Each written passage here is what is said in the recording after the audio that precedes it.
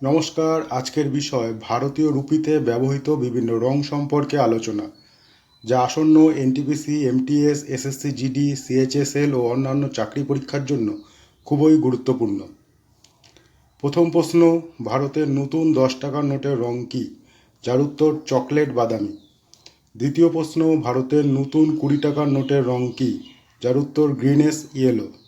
তৃতীয় প্রশ্ন, ভারতের নতুন 50 টাকার নোটের রং কী? যার উত্তর ফ্লোরোসেন্ট ব্লু। পরবর্তী প্রশ্ন, ভারতের নতুন 100 টাকার নোটের রং কী? যার উত্তর ল্যাভেন্ডার। পরবর্তী প্রশ্ন, ভারতের নতুন 200 টাকার নোটের রং কী? যার উত্তর ব্রাইট ইয়েলো। পরবর্তী প্রশ্ন, ভারতের নতুন 500 টাকার নোটের রং কী? যার উত্তর স্টোন গ্রে। শেষ প্রশ্ন, ভারতের নতুন 2000